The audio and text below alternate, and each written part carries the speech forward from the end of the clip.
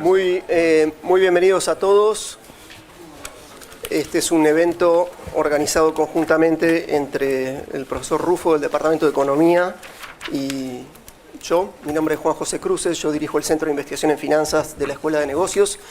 Es un enorme honor para nosotros contar con un panel tan distinguido como el que tenemos hoy acá para charlar de un tema tan relevante para los años que vienen, no solo en nuestro país, sino también en el mundo. La forma de trabajo sigue una mecánica que es habitual en nuestras conferencias de coyuntura. Vamos a hacer primero una ronda de expositores.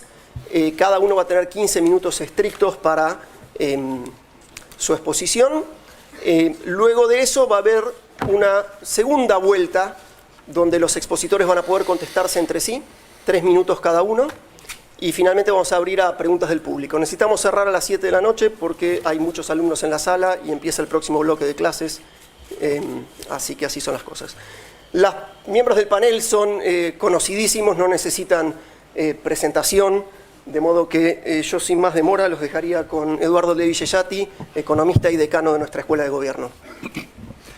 Bueno, 15 minutos, tengo el reloj ahí adelante. Muchas gracias por la invitación, es un gusto y un honor hablar de este tema que es tan caro y aparte con tan distinguidos copanelistas.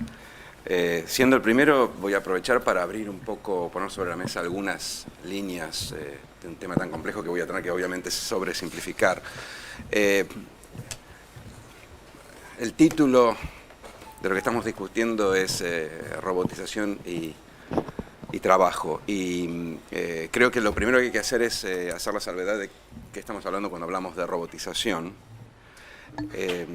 Por una razón muy simple.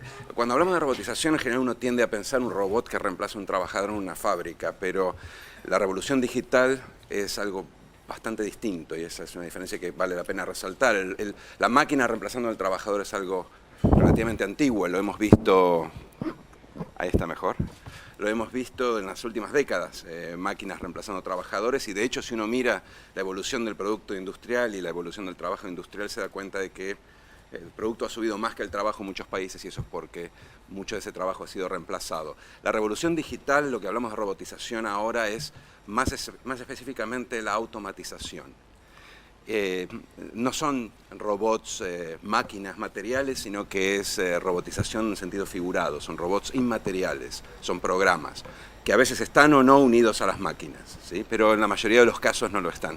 Y es importante resaltar esto por la sencilla razón de que si hasta ahora la maquinización reemplazó en gran medida el músculo del hombre, el trabajo del hombre, si reemplazó en términos de Hannah Arendt al Animal Laborans y al Homo Faber, al artesano y al trabajador de la industria, a partir de ahora la automatización está reemplazando a la inteligencia del hombre y por eso el concepto central en la nueva automatización es la inteligencia artificial.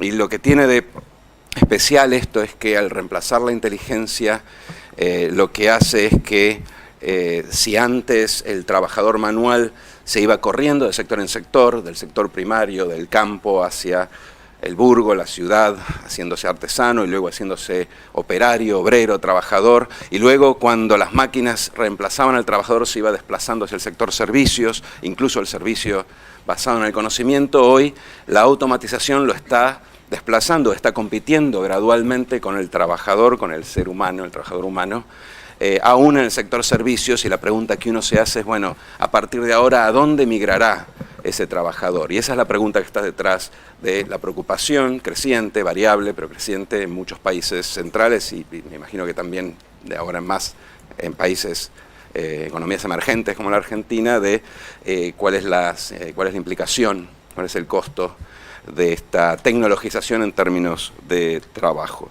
Esa diferencia creo que es esencial y eso es lo que hace que, por lo menos a mi modesto modo de ver, muchos de los argumentos de esto ya pasó antes, sean errados, porque, como decía antes, el desplazamiento no ha sido circular, sino que ha sido lineal, como decía antes, del campo a la ciudad, a la fábrica al servicio, y ha sido previsto, de hecho hay modelos económicos de hace 100 años que plantean que incluso en algún momento los trabajadores del sector servicios se moverían al sector cuaternario, que era la economía del conocimiento, pero luego habría que pensar un quinto sector, un sexto, habría que pensar qué otra cosa va a aparecer en donde el trabajador no nos pueda seguir corriendo. Si me preguntan hoy, de manera muy prematura, o por lo menos por los próximos, no sé, 50 años, me imagino que la empatía, hay como resabios de humanidad en algunas ocupaciones que van a ser muy difíciles de automatizar. Yo suelo mencionar la educación, todo lo que es las actividades de cuidado, que necesitan una empatía humana que es muy difícil de robotizar, pero lo cierto es que no sabemos, posiblemente aún estas en algún punto puedan ser reemplazadas por el hombre. Lo que sí sabemos es que algunas que pensábamos que eran las ocupaciones del futuro ya rápidamente están pasando a ser ocupaciones del pasado. Vale simplemente abrir algunas revistas especializadas para ver, por ejemplo, que los robots están desplazando programadores indios. La idea de que India iba a ser el centro de la programación mundial y que nos estaba llevando a todos la delantera porque tenían las ocupaciones, los profesionales del futuro, que eran los programadores.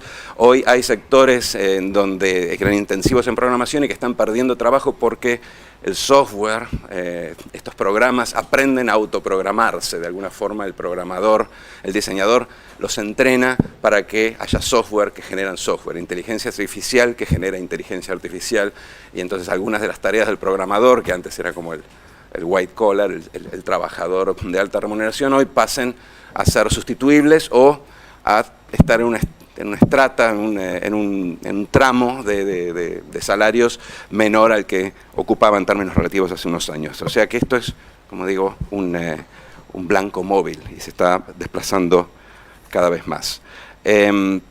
Entonces, ejemplos, yo no voy a detenerme mucho en esto porque la mayoría de ustedes lo deben leer día a día, pero cuando uno habla de automatización no está hablando, claramente no está hablando de Uber, está hablando del auto autónomo en todo caso asociado a Uber, pero no está hablando necesariamente de máquinas. Hoy tenemos programas que reemplazan a traductores, contadores, médicos que hacen diagnóstico, gestores de fondos, algunos docentes, tomando, por ejemplo, exámenes. Hay programas que ayudan a corregir exámenes o a dar clases online. Están básicamente reemplazando tareas de alta calificación y entonces mucho de lo que al principio nosotros pensamos que estaba un grupo de trabajo, de actividades que estaban en la línea de fuego de la automatización, que eran actividades rutinarias, de calificación media, media-baja, y que eran esas las únicas que estaban expuestas. Hoy estamos viendo que el flanco de sustitutibilidad, el flanco de exposición se va abriendo a medida que la inteligencia artificial se va profundizando, se va sofisticando, ¿sí?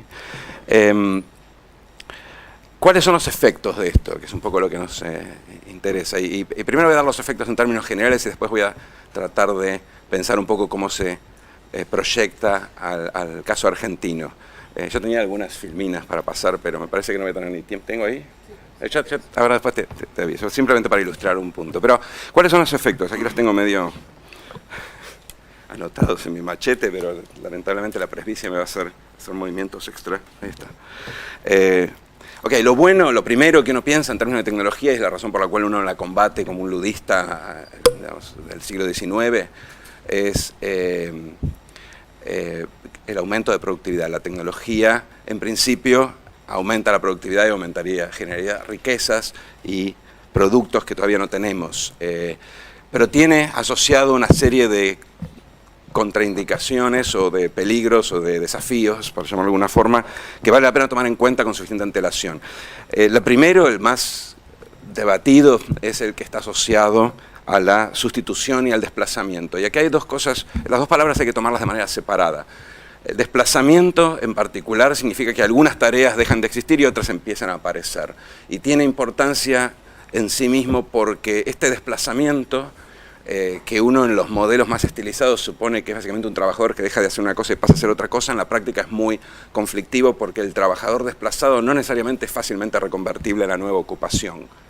Con lo cual el desplazamiento genera, por un lado, desempleo concentrado en alguna ocupación, en alguna especialidad e incluso en alguna zona, porque los trabajadores no se mudan tan fácil, sobre todo si son dueños de su casa.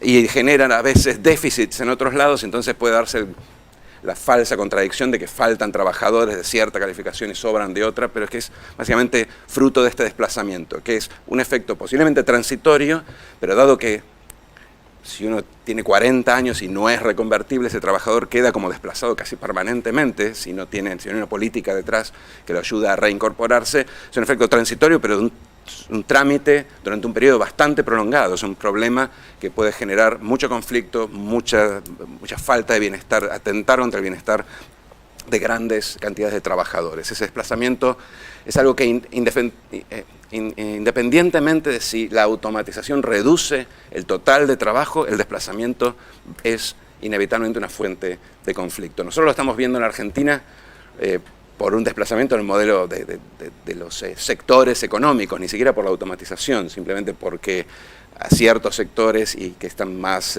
localizados en el interior del país, para decirlo de manera muy rudimentaria, les va mejor, y a ciertos sectores que están sobre los centros urbanos, en particular el conurbano, les va peor, y entonces ese desplazamiento genera desempleo en un lado y déficit de empleo en el otro.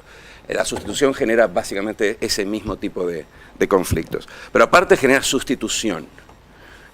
Y ahí hay mucha discusión sobre si al final del día vamos a tener más o menos empleo. El empleo acá hay que medirlo en términos de horas, es importante pensarlo en términos de horas, porque si uno mira el empleo argentino en los últimos años parece que está estable, pero sin embargo si lo mira corrigiendo por las horas trabajadas ha caído.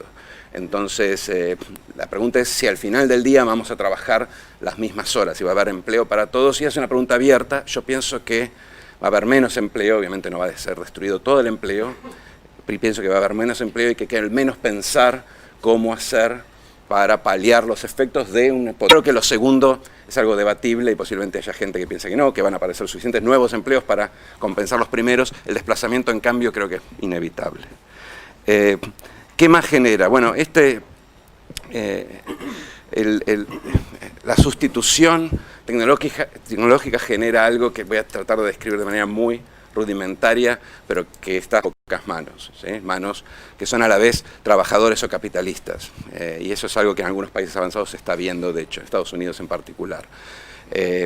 Esto no solo aumenta la inequidad, sino que aparte genera potencialmente un problema de actividad, porque si uno concentra mucho la riqueza en unos pocos que tienen mucho, en general la propensión al consumo de esa gente es más baja y por lo tanto uno lo que tiene es menos consumo, posiblemente estancamiento, incluso eventualmente el estancamiento de los incentivos para el progreso tecnológico, con lo cual uno podría pensar, de vuelta de manera muy simplificada, que si uno no hace nada, la tendencia hacia la concentración y la inequidad podría llevar a la derrota endógena de este proceso de progreso, de investigación y progreso tecnológico permanente. Y esa es una de las razones por las cuales algunos de estos nuevos ricos están tan preocupados por el tema de la distribución del ingreso. Me imagino porque prevén que este aumento desproporcionado del ahorro, la caída del consumo pueden atentar contra la dinámica propia de un sistema capitalista que necesita de un consumo. Los trabajadores desplazados necesitan consumir. Y me parece que más allá de cuestiones morales hay una cuestión estrictamente, podemos llamarlo capitalista, del problema que tiene que ver con este efecto de la inequidad sobre la dinámica propia de la demanda de un país.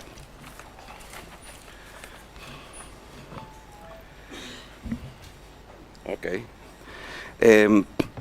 Hay algo que quiero mostrarles para simplemente introducir el tema en el caso argentino, y ahí sí posiblemente podamos ver estas filminas. Son dos.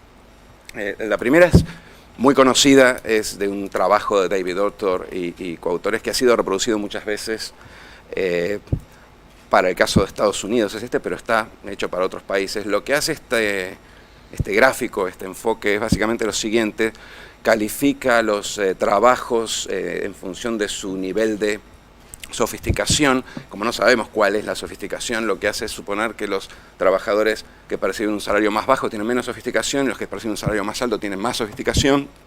Toma el nivel de salario en un año base, 1980, y mira nivel de salario por salario, es decir, nivel de sofisticación por sofisticación, dos cosas: cómo subió el salario para cada uno de esos salarios iniciales, es decir, para cada uno de esos niveles de sofisticación, y cómo subió la participación de los empleos de ese tipo en el empleo total. Y lo que encuentras son estas curvas que tienen una suerte de forma de U, y lo que dicen esas curvas básicamente es que, fíjense, suben tanto los salarios como la cantidad de empleo de los de poca calificación y los de mucha calificación a expensas los del medio, que sería como la clase media, de calificación media, trabajo repetitivo, el empleado, el trabajador industrial, el empleado de oficina, fácilmente reemplazable. Esto lo que genera varios efectos, entre otros genera un efecto muy negativo sobre la clase media, y es una de las explicaciones, de hecho, no tenemos mucho tiempo de elaborar, pero es una de las explicaciones por las cuales apareció la crisis de subprime en Estados Unidos en los 90, la reducción del poder adquisitivo de la clase media a raíz de este tipo de desplazamientos. Hay varias explicaciones sobre eso. La que hace la de Autor, en particular relacionada con la robotización, es que la digitalización, la automatización, golpea particularmente a esta gente que está en el medio de la distribución. Ahora pasamos al siguiente. No, el siguiente. Eso es Argentina. Traté de hacer lo mismo para los datos, tomando datos de Argentina. Fíjense que la forma es, no digo totalmente inversa, pero bastante distinta, y en particular el gráfico a la derecha es la panza está hacia arriba. ¿Sí? ¿Qué quiero decir con esto? Que ese ahuecamiento del mercado laboral que mostraba Otto en sus primeros trabajos, que a su vez está asociado con un estiramiento de la prima entre el que estudia mucho y el que estudia poco, entre el de alta calificación y el de baja calificación, un aumento de la prima educativa, por ejemplo.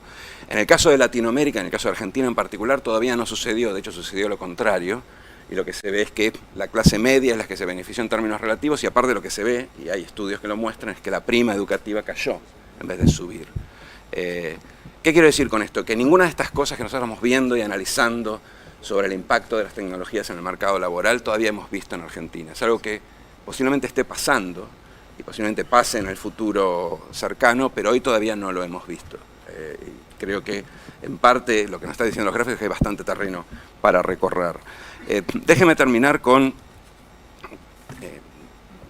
diciendo tres cosas sobre qué es lo que podemos hacer, que me parece que va a ser un poco el punto central de las preguntas.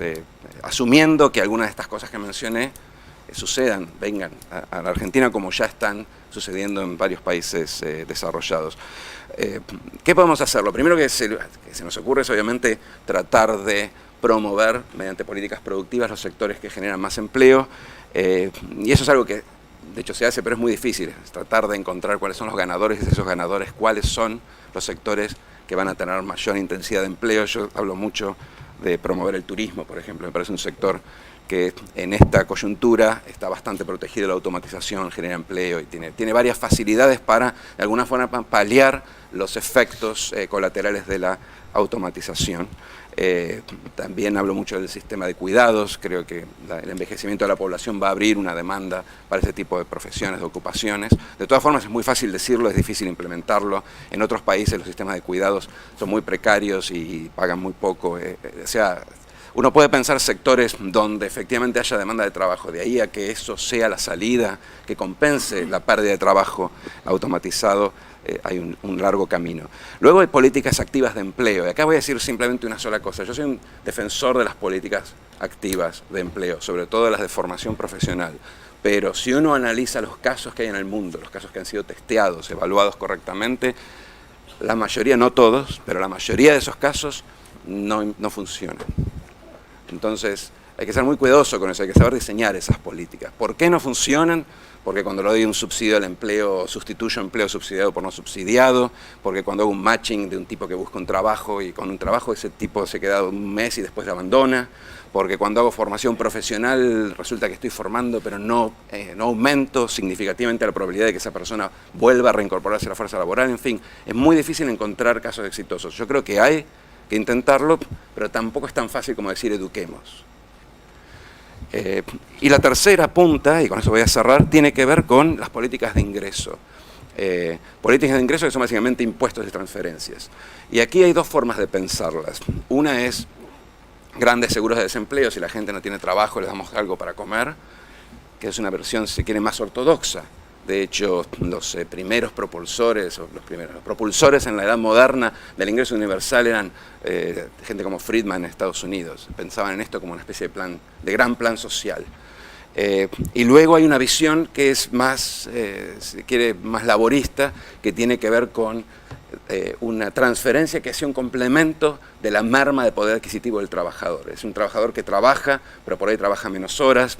Es algo que se ha propuesto en asociación con la reducción de la jornada laboral, y que esas menos horas, que obviamente conllevan un menor ingreso, se compensan con una transferencia que se puede llamar ingreso universal o complemento salarial o lo que sea, y que de vuelta suena muy fácil decirlo acá, pero por ejemplo pensemos en un país como Argentina, qué difícil sería tener un complemento salarial si la mitad de nuestro trabajo es inverificable porque es informal.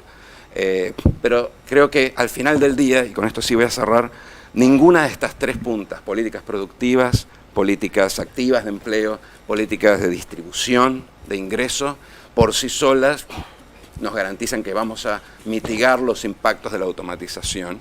Y por lo tanto, mi recomendación, así de manera muy simplificada, es que intentemos todo y veamos si entre todos podemos tener una situación donde tenemos más productividad, pero el mismo bienestar de los trabajadores. Gracias. Muchísimas gracias, Eduardo. Como ustedes saben, el diputado y abogado Facundo Moyano era un dirigente sindical hasta hace muy poco del sindicato de los peajistas, y aparte él dirige una comisión de ciencia y técnica de la CGT, entonces nos pareció que era muy atinado invitarlo a brindarnos su opinión sobre este tema. Facundo. Bueno, muchas gracias. Difícil hablar después de Eduardo, a quien lo he escuchado bastante y lo he leído, y trabaja sobre el tema. Ya que mencionaste mi participación como dirigente sindical, que desde lo subjetivo lo sigo siendo, voy a mencionar el ejemplo de nuestra actividad, ¿no? La actividad de las autopistas. Naturalmente he estudiado el tema, al ser secretario general del Sindicato de Trabajadores de Concesiones Viales, necesariamente tuve que profundizar mi conocimiento sobre los diferentes sistemas que hay en el mundo para el cobro de peaje, ¿no? Y llamativamente en muchos países, no muy lejanos, Chile, implementan un sistema que se llama Free Flow, que es un sistema que te cobra peaje sin la necesidad de un cajero, de un trabajador que corta ticket y que te da en devolución del pago que realiza cuando pasas la barrera, mejor dicho, antes de pasar la barrera. Esto es algo que preocupa a los trabajadores de nuestra actividad, que preocupa al actual secretario general, como me preocupaba a mí, porque es una tecnología que existe en Chile, por ejemplo, hace 15 años. Entonces es muy difícil tener una posición ludista, digamos, ¿no? Salir a romper todo, es lo mismo que charlaba con los tacheros de Uber cuando me cortaban Rivadavia para que los atienda la Comisión de Transporte. También soy presidente de la Comisión de Transporte en la Cámara de Diputados. Le decía, muchachos, por más que corten Rivadavia, esto es algo que a través de Uber o a través de Cabify va a venir, y es algo que le mejora el servicio, digamos, al usuario, y es algo inevitable. Digo, es mejor pensar como sindicato o como asociación o como mutual las formas de implementarlo y competir contra ese avance tecnológico que significa una mejora para el usuario. En el caso de los peajes lo mismo, porque es algo que le mejora la productividad a la empresa y que le mejora el servicio al usuario, que no se tiene que comer la cola y los bocinazos, ¿no? Porque más allá de que el trabajador se los come, el usuario también, ¿no? Cuando hay una cola de más de 15 autos que se tendría que levantar la barrera. Entonces, lo que nosotros hicimos fue interiorizarnos sobre esta cuestión y analizar cuál va a ser el impacto en la actividad respecto al empleo. ¿Cuántos trabajadores se pueden capacitar para hacer otras funciones, para realizar otras actividades dentro de la misma concesión? Seguramente una autopista concesionada sin cobro de peaje tendrá que tener empleados que se especializan sobre el mantenimiento de esos sistemas de peajes. Por supuesto, el servicio de asistencia al usuario en el caso de accidente o incidente va a tener que seguir estando. El call center, ¿no? Para atender los llamados, los reclamos o lo que sea, la parte comercial, porque seguramente los dispositivos los van a tener que vender. Ahora, la realidad es que eso no puede reemplazar, o sea, no le puede dar trabajo ni siquiera al 40% de los trabajadores que hoy tiene una concesión vial con cobradores de peajes. Entonces, ahí es donde se empiezan a generar los interrogantes, ¿no? Yo puse de ejemplo una actividad que conozco en profundidad porque, como decía antes, naturalmente tuve que estudiarla, ¿no? Porque de esta manera creo que el dirigente sindical representa mejor a los trabajadores, no solamente por defender el derecho actual, sino de la posibilidad de prever una situación que puede impactar sobre el empleo. Esto pasa en un montón de actividades. De hecho, escuchaba a alguien que también ha estudiado mucho sobre esto y que da charlas a nivel internacional, que se llama Santiago Levin, Levi es él. Bilinqui. Levinsky. No me acuerdo el nombre, perdone. ¿Cómo es? Bilinkis. Bilinkis, exactamente.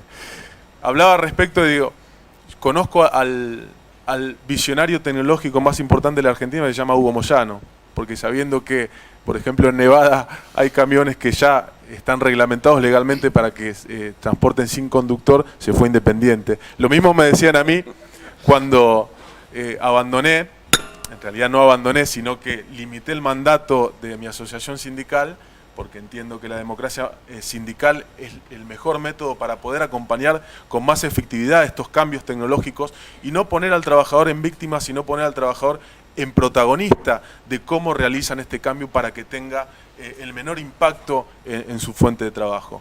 Yo creo que en este sentido, más allá de lo que podemos pensar y del rol del sindicalismo respecto a este avance, que por otra parte nadie sabe con qué rapidez puede suscitarse. Algunos hablan de 20 años, estuve en Israel hace poco en una fundación que se llama Cápsula dentro de la Universidad de Tel Aviv y hablé con un técnico que estudia sobre el tema y me decía en 20 años van a haber autos autónomos por todos lados y ni siquiera van a haber lugares para estacionarlos porque va a ser permanente la circulación. Ahora, lo que nosotros tenemos que analizar no es si esto va a pasar, sino es la posibilidad de que culturalmente la gente se anime a subir a esos autos.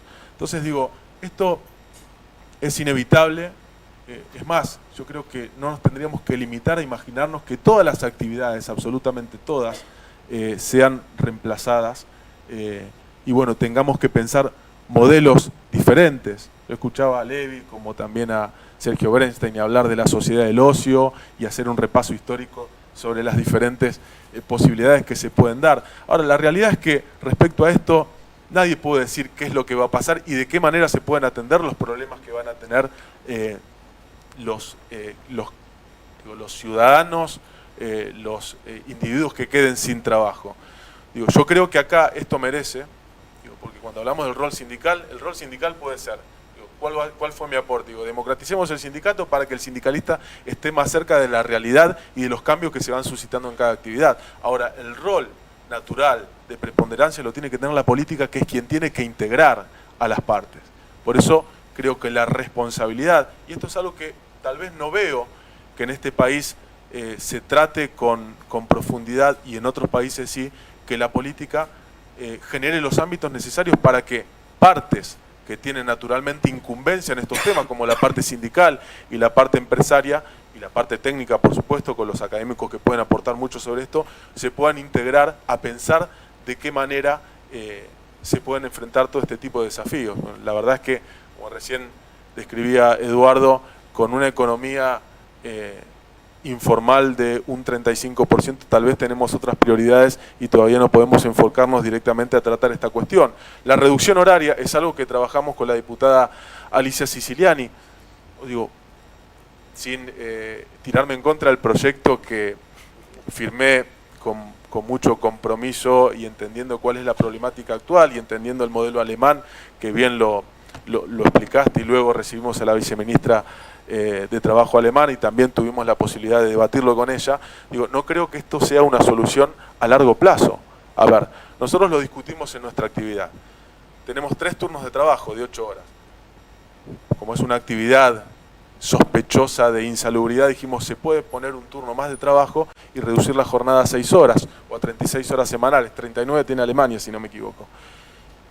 La verdad es que esto, de alguna manera, es muy contradictorio a la posibilidad cierta de que el sistema de automatización en los peajes llegue. Digo, va a tener, o sea, por supuesto, va a haber más trabajo, pero con un mayor costo y no se mejora el servicio al usuario. Sería involucionar con respecto a la tendencia que existe sobre esto. Por eso digo, yo por supuesto estoy de acuerdo, genera más trabajo, se mantienen los salarios en las mismas condiciones, pero va en contra de un proceso natural de evolución, por lo menos en el sentido de mejora del servicio al usuario, que, o sea, lo que yo estoy proponiendo. Entonces digo, no hay hoy más que hipótesis respecto a cómo encarar los nuevos desafíos que tiene la cuestión de la evolución de la tecnología en el empleo.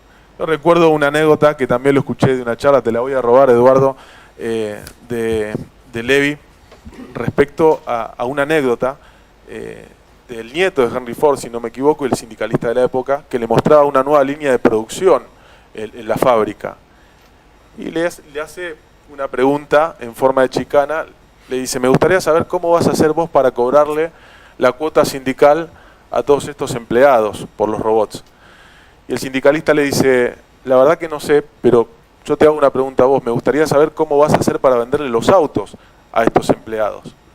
Digo, entonces ese es la contradicción que existe en el avance tecnológico y la posibilidad del impacto en el empleo. Por eso es un tema que tenemos que seguir discutiendo.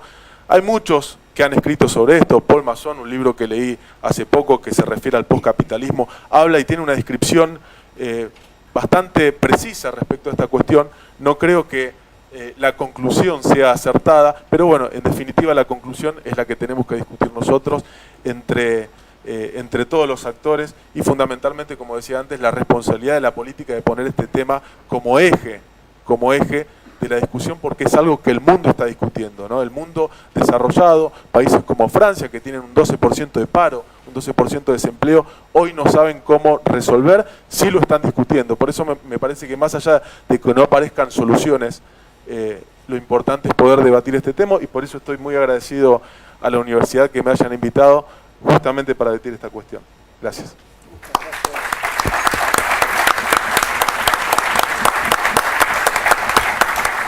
Muchas gracias, Facundo. Yo recojo lo que dijiste, que la política a veces le cuesta articular estos consensos que puedan hacer cuajar social y políticamente reformas que en definitiva incrementan la eficiencia y el bienestar agregado, pero que hay un cuestionamiento social severo respecto de la equidad, de la distribución de los beneficios de esas mejoras. Y por eso cuando con los colegas acá, el profesor Hernán Rufo y otros, pensamos cómo integrar esta mesa, deliberadamente decidimos sobre representar en esta mesa el rol del sector del trabajo, porque nos pareció que era, no solo porque sin el consenso de ustedes es inviable que esto pueda proseguir, sino porque está muy cerca al corazón de Italiano pensar ponerse en el lugar de la persona potencialmente más dañada de cierta reforma y ver cómo poder lograr que las reformas incluyan a esa gente y no queden dañados en este caso, por el progreso técnico. Así que, sin más introito, los dejo con el señor Juan Carlos Schmidt, secretario general de la CGT.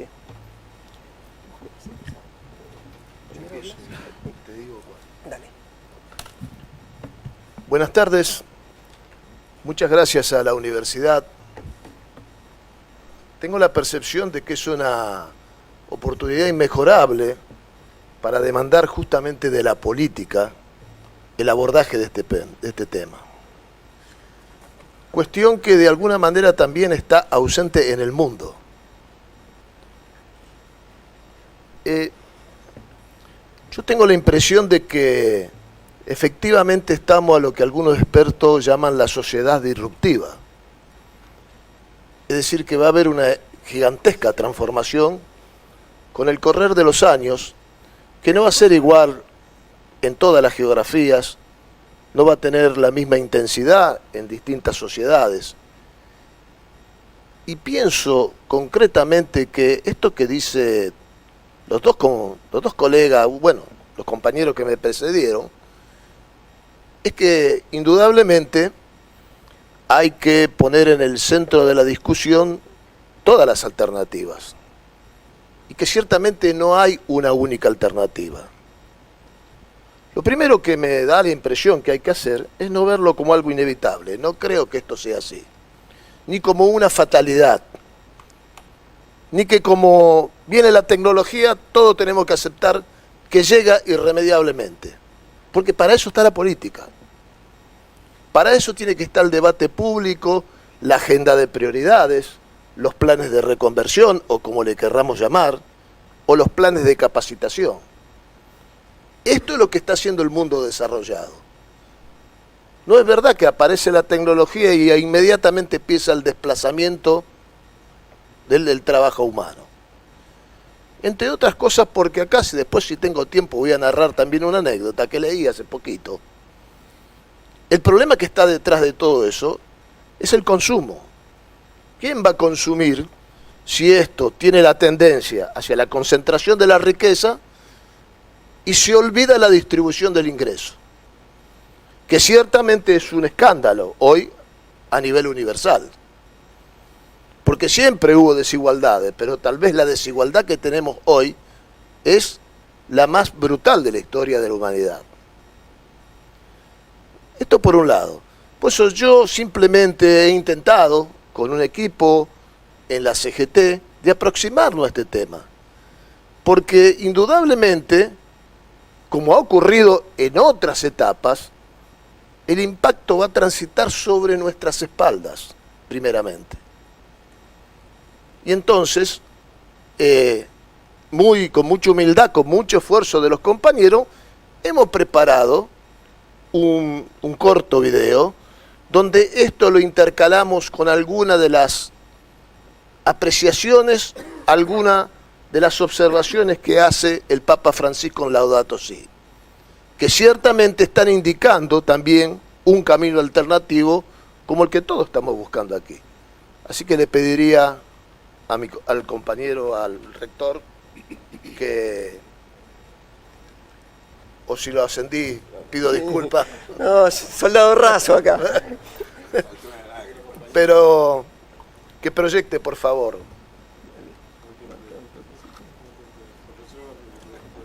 Profesor. Compañero es lo que mejor me queda, ¿eh?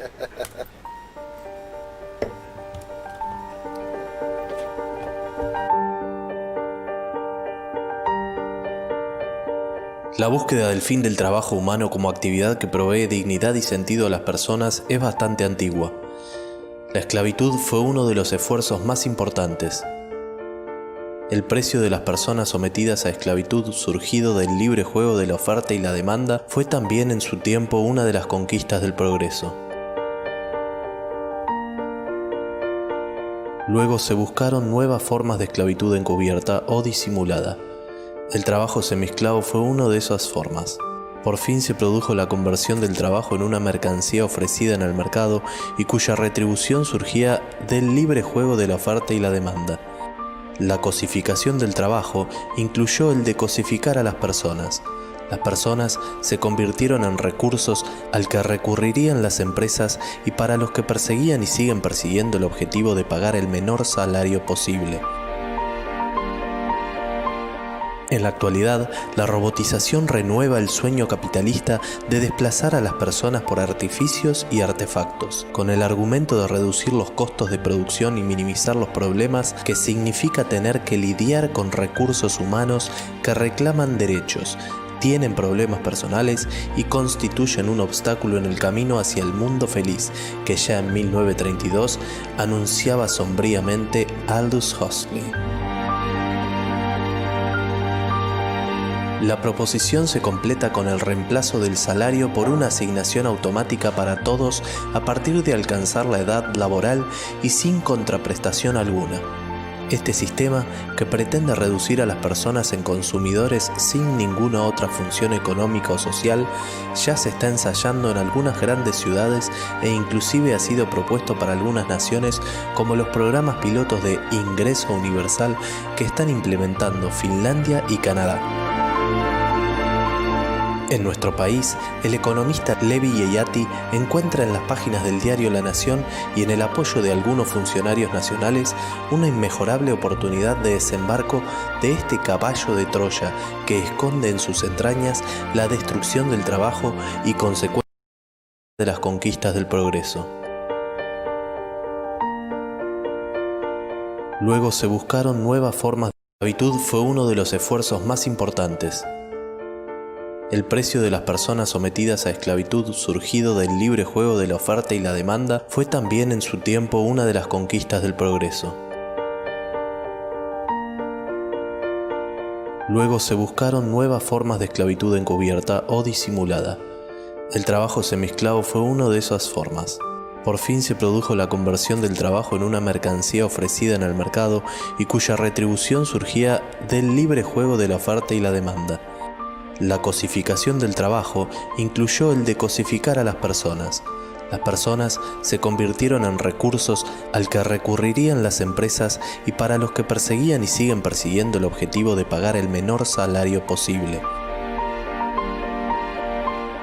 En la actualidad, la robotización renueva el sueño capitalista de desplazar a las personas por artificios y artefactos, con el argumento de reducir los costos de producción y minimizar los problemas que significa tener que lidiar con recursos humanos que reclaman derechos, tienen problemas personales y constituyen un obstáculo en el camino hacia el mundo feliz que ya en 1932 anunciaba sombríamente Aldous Huxley.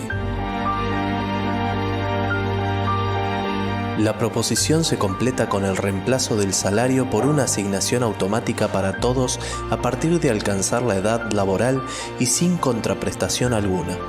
Este sistema, que pretende reducir a las personas en consumidores sin ninguna otra función económica o social, ya se está ensayando en algunas grandes ciudades e inclusive ha sido propuesto para algunas naciones como los programas pilotos de ingreso universal que están implementando Finlandia y Canadá. En nuestro país, el economista Levi Yeyati encuentra en las páginas del diario La Nación y en el apoyo de algunos funcionarios nacionales una inmejorable oportunidad de desembarco de este caballo de Troya que esconde en sus entrañas la destrucción del trabajo y, consecuentemente, la pérdida de la dignidad que el trabajo brinda.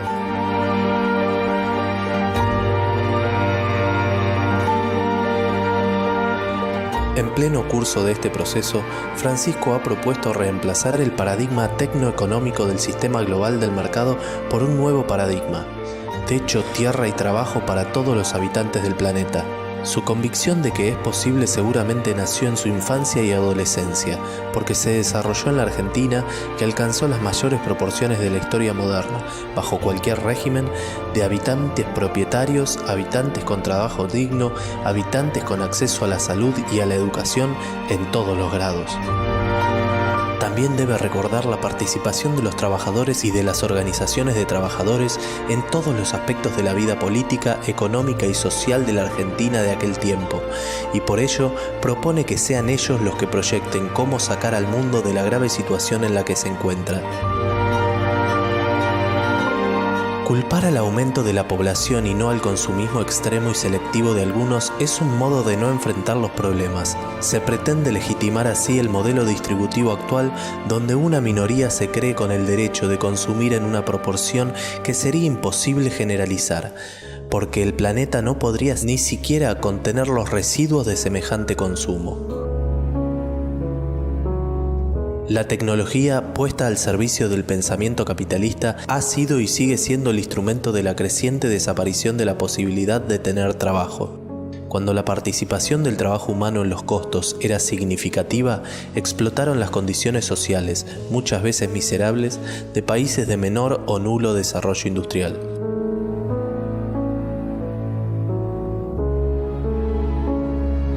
Cuando consideramos que la tecnología 4G es un avance sobre la 3G en materia de comunicación, o cuando nos asombramos porque nos enteramos que en algún lugar han desarrollado una maquinaria robotizada capaz de cosechar, clasificar y empacar 100 hectáreas de soja en un día sin intervención humana, o nos preocupamos porque día a día se crean nuevos dispositivos que reemplazan más y más al trabajo humano, sentimos que la lógica capitalista no va a parar hasta que los recursos humanos de sus planillas Excel lleguen a un costo cero. Estamos aceptando que el único sentido posible del desarrollo de los dispositivos de la humanidad utiliza para la producción de bienes y servicios está determinado por el objetivo capitalista de maximizar ganancias. Y eso no es así. La naturalización del desarrollo tecnológico como un hecho natural y por lo tanto inmanejable es la resultante de un proceso de fascinación tecnológica que constituye un eficaz instrumento de la dependencia cultural, al anular el sentido crítico de la consideración de la tecnología. No se trata de negar a la tecnología, se trata de conducir su desarrollo. La felicidad de nuestro pueblo, la grandeza de nuestra nación, el cuidado de la casa común. La tecnología de avanzada que importamos o fabricamos siguiendo las decisiones e imposiciones de los poderes dominantes nos incorpora a una carrera eterna tras una zanahoria inalcanzable. Una carrera que se renueva constantemente gracias a los recursos con los que los consumidores de dependencia tecnológica disfrazada de progreso financiamos el desarrollo de la zanahoria siguiente. El concepto de tecnología de punta tiene una variante que rechazamos con igual énfasis: la tecnología adecuada. Adecuarse es acomodarse a las propuestas de otros. Es más de lo mismo. Por eso afirmamos, ni adecuadas ni de punta. Tecnologías convenientes. El paradigma tecnocrático también tiende a ejercer su dominio sobre la economía y la política. La economía asume todo desarrollo tecnológico en función del rédito, sin prestar atención a eventuales consecuencias negativas para el ser humano. Las finanzas ahogan a la economía real. Premisa 1. El trabajo es un derecho inherente a la condición humana y el camino para alcanzar la plena dignidad de mujeres y hombres. No hablamos solo del trabajo manual o del trabajo con la tierra, sino de cualquier actividad que implica alguna transformación de lo existente, desde la elaboración de un informe social hasta el diseño de un desarrollo tecnológico. Premisa 2. El desarrollo de la tecnología no es neutro. Responde a las necesidades y objetivos de los grupos dominantes de poder. Hay que reconocer que los objetos producto de la técnica no son neutros, porque crean un entramado que termina condicionando los estilos de vida y orientan las posibilidades sociales en línea de los intereses de determinados grupos de poder. Tecnología conveniente. Una tecnología de cualquier grado de complejidad y escala producida en el país o adquirida en el exterior, protegiendo en este último caso los intereses nacionales, que tiene como misión mejorar la calidad de vida de la sociedad y respetar a la naturaleza. La idea de tecnología conveniente incorpora la consideración ética y el compromiso social a las decisiones sobre el uso y el desarrollo de tecnologías. Permite convertir la lógica imperante en la organización de la producción e imaginar un sistema continental de generación de bienes y servicios que cuide la casa común, que preserve el derecho al trabajo y eleve la calidad de vida de nuestros pueblos a través de una justa retribución, por encima de cualquier otra consideración. ¿Esto significa rechazar toda tecnología que no provenga de nuestra propia creación? Por supuesto que no. Significa recuperar la capacidad de elegir soberanamente aquellos aportes que contribuyan a sostener el respeto por la naturaleza y el modelo de sociedad que construyamos entre todos los latinoamericanos. Que los intereses locales atados a la dependencia no nos permitirán apartarnos del camino suicida que transita el capitalismo globalizado. Los que así piensan deberían enterarse que en nuestros países somos muchos los que creemos posible volver a izar, triunfantes, las banderas de soberanía política, justicia social e independencia económica. ¿Que seremos castigados retaseándonos el crédito y las inversiones que se necesitan? En las manos, los conocimientos y la voluntad de lucha de nuestros pueblos encontraremos lo que necesitemos para construir lo que nos propongamos. Podemos hacerlo, tenemos con qué.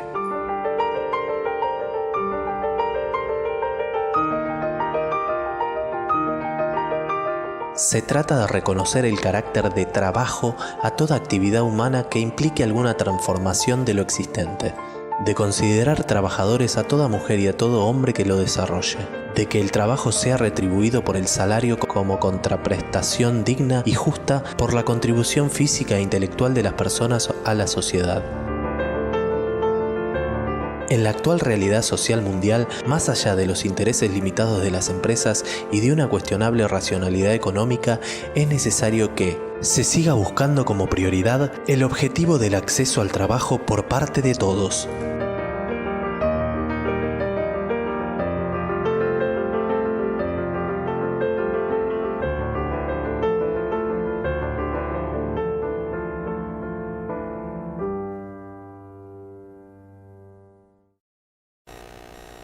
Y como algún comentario de cierre, quiero decir que en el 2019, cuando se cumpla los 100 años de creación de la Organización Internacional del Trabajo, uno de los temas de la conferencia, uno de los temas dominantes de la conferencia va a ser justamente el futuro del trabajo. Y allí vuelvo a reiterar la centralidad del debate público, de la polémica, de las contradicciones, de los enfoques que tenemos alrededor de esta cuestión. Porque indudablemente una mutación de estas características requiere de que todos los actores implicados tengan voz y de que todos los hombres y mujeres que van a ser afectados por esta disrupción tengan la posibilidad cierta de encontrar su lugar dentro de la sociedad. Y cierro con esto. Yo no me puedo desprender de mi concepción de sindicalista. Y para mí, el trabajo no es simplemente la transformación, la investigación, el uso del intelecto. Para mí es un valor. Es el valor de la persona humana, de la dignidad. Y que por lo tanto ese valor no puede ser soslayado a la hora de que haya una transformación en la sociedad. Muchísimas gracias.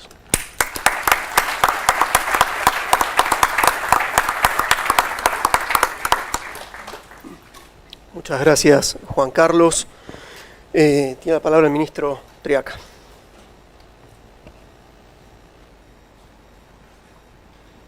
Muchas gracias, Juan José. Gracias particularmente a la Universidad de Itela por la invitación. Me siento muy a gusto acá. Soy exalumno de la universidad, del Máster de Políticas Públicas. Cuando no lo conducía el prestigioso decano Eduardo Levy, sino Sergio Berenstein. Y no estábamos acá en este lindo edificio y estas instalaciones que tienen ahora, pero me dio el paso por esta universidad aportes y visiones que me sirven cotidianamente en la vida pública y que creo que muchas de ellas me gustaría compartir con ustedes porque tienen que ver con el tema que estamos tocando hoy. Yo voy a tratar de plantear la cosa desde otra perspectiva. Digamos, entiendo las posturas, tanto la de Juan Carlos desde la perspectiva de la representación de los trabajadores, Facundo desde una mirada muy pragmática y concreta ha analizado casos particulares como el que le tocó a él desde la conducción de un gremio, y por supuesto Eduardo, que no solamente lo viene analizando desde la perspectiva académica, sino también mostrando hacia dónde apuntan muchos de los cambios tecnológicos. Pero cuando hablamos de los cambios tecnológicos en el mundo, a mí me gustaría incorporar algunas variables de discusión. Por ejemplo, algunas de ellas tienen que ver con el tiempo. Digamos, el tiempo es un factor que creo que es central a la hora de el análisis. Para que esto, a ver cómo hacemos funcionar, de vuelta estamos con problemas técnicos. Si querés te da paso yo. Dale, ahí, el cambio tecnológico. Bueno, que tenemos que hacer un análisis a partir de los tiempos. Y pasemos a la filmina siguiente. Si uno analiza la composición del trabajo hace un siglo atrás, el 80% de los trabajadores estaban ocupados en actividad agrícolas, ganaderas, etcétera, ¿no? Pero muy vinculadas a la tierra y al campo. Un siglo después, el 30% de esos trabajadores que están ocupados están ocupando actividades vinculadas a esto con procesos de industrialización y de generación de valor muy superior. Es decir, que el tiempo es un factor que hay que tener en cuenta en relación a los cambios tecnológicos. Ahora, si miramos un poco más en detalle, miremos la evolución también de algunos otros conceptos, como el concepto de la fuerza, digamos, el concepto de la utilización de la fuerza.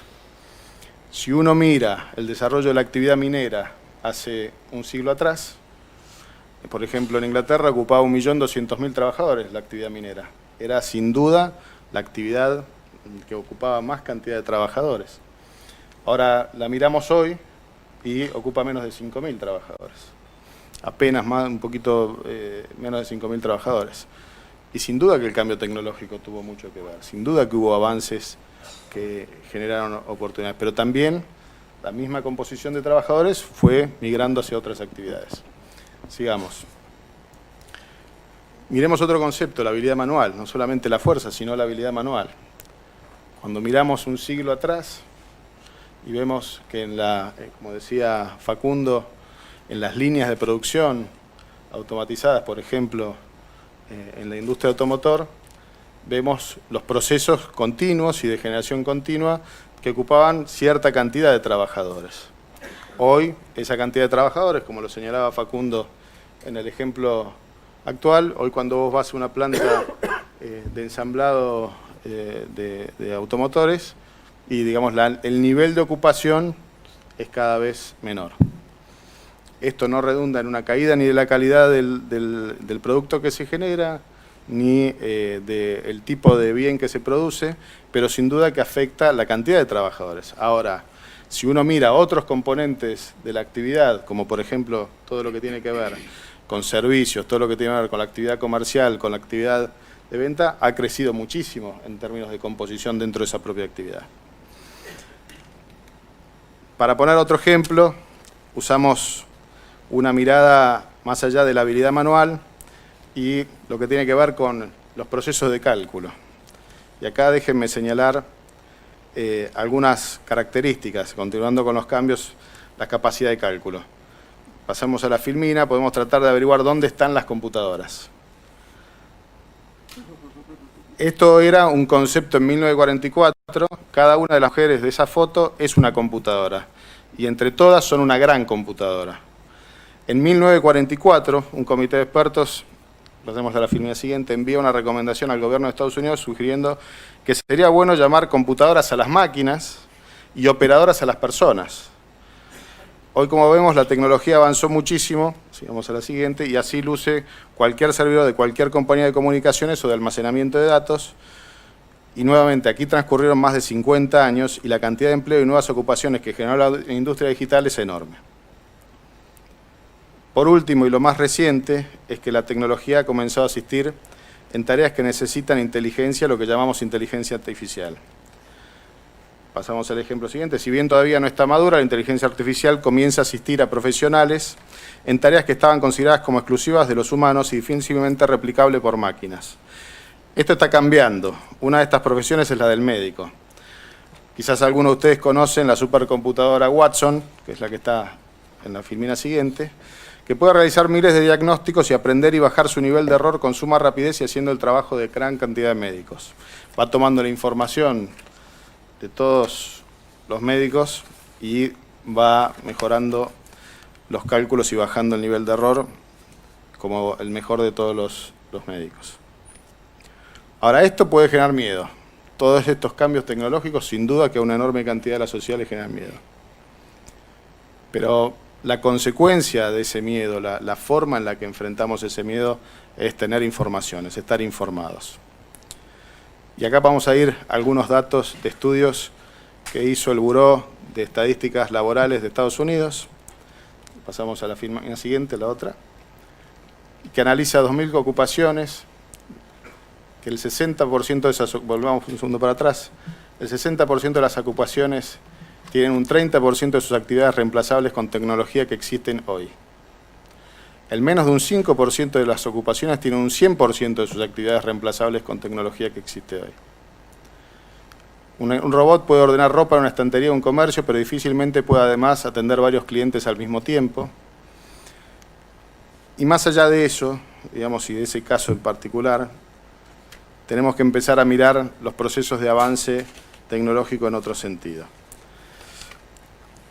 Algunas actividades que surgieron desde el año 2000, es decir, desde hace 17 años hasta ahora, que no existían previo a esto, tienen que ver, por ejemplo, desarrollador de app, experto en minería de datos para estudio de mercado, consultores de admisión en las universidades, manager de redes sociales, periodistas digitales, técnicos en bioprocesos, experto en reciclaje urbano, paisajista de plantas nativas. Es decir, hay un conjunto de actividades que se van creando permanentemente, como también hay un conjunto de actividades que dejan de estar.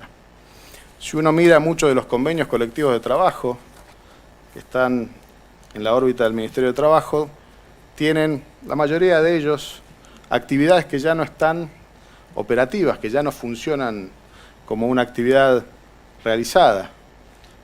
Para ponerles algún ejemplo, en la actividad periodística, hoy los correctores ya no existen más dentro de la actividad periodística. O para ponerle otro ejemplo, en la actividad de la televisión, tenías algunas categorías que eran aquellos que cargaban las baterías de las cámaras que tenían los estudios de televisión. Bueno, hoy una cámara digital se maneja a distancia remota y no requiere ni siquiera el camarógrafo. Es decir, los cambios tecnológicos van haciendo también obtuso las formas en las que pensamos los procesos de producción. Y es por eso que ahí yo señalo 3 sectores centrales donde tenemos que mirar el impacto de los cambios tecnológicos. El primero de esos sectores tiene que ver con el transporte y la logística. Facundo habló mucho sobre ese tema, habló sobre cómo se anticipan muchos esos cambios, sobre las actividades relacionadas en eso. El segundo tiene que ver con todo lo que es la comunicación, todos los cambios vinculados a la comunicación.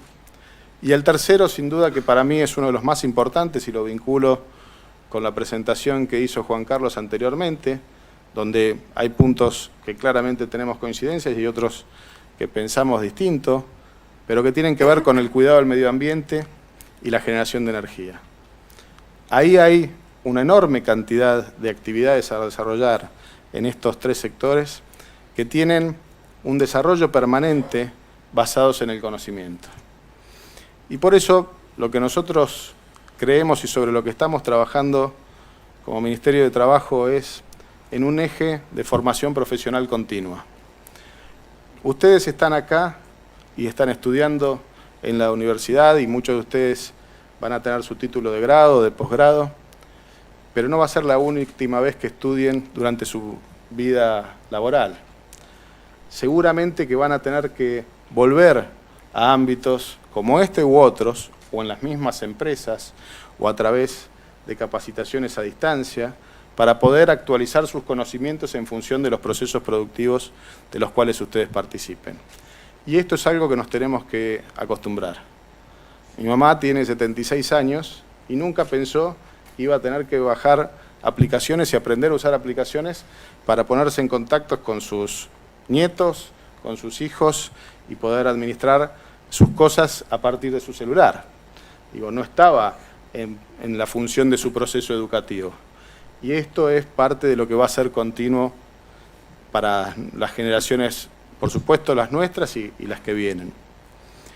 Y un segundo concepto que quiero analizar, porque también hay un temor muy particular sobre el proceso de creación de empresas. Muchas de las empresas vinculadas a la tecnología tienden a tener un formato muy distinto de composición de mercado.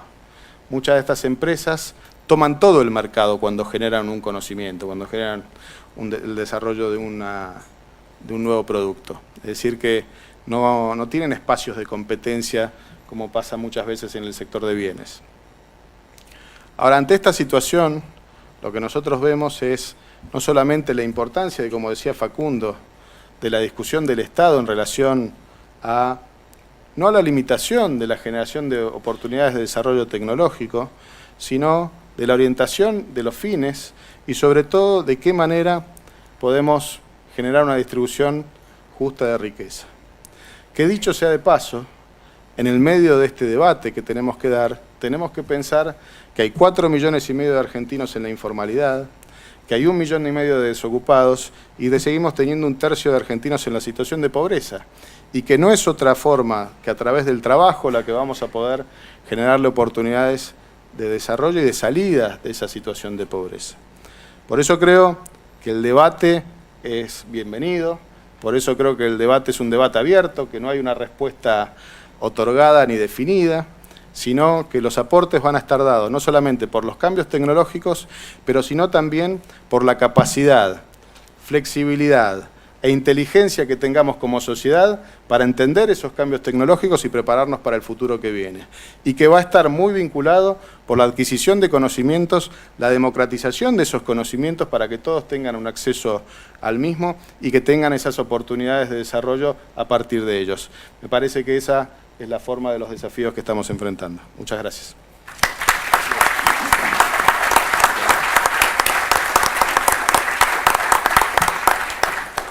Muchas gracias, ministro.